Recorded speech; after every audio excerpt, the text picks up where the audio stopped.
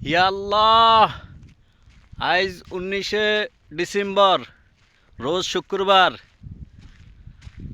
আজ আমি চিল্লাইয়া বলতে পারতাম, কিন্তু হয়তো আমার কথা কওয়ার যোগ্যতা নাই।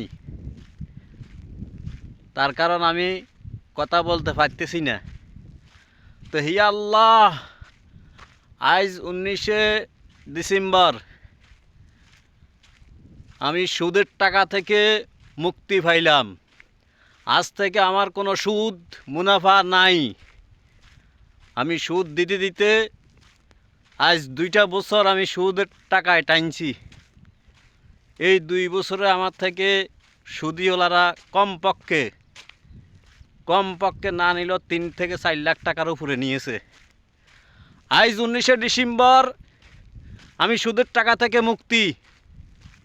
হে আল্লাহ, আমাকে তুমি ফানা দাও।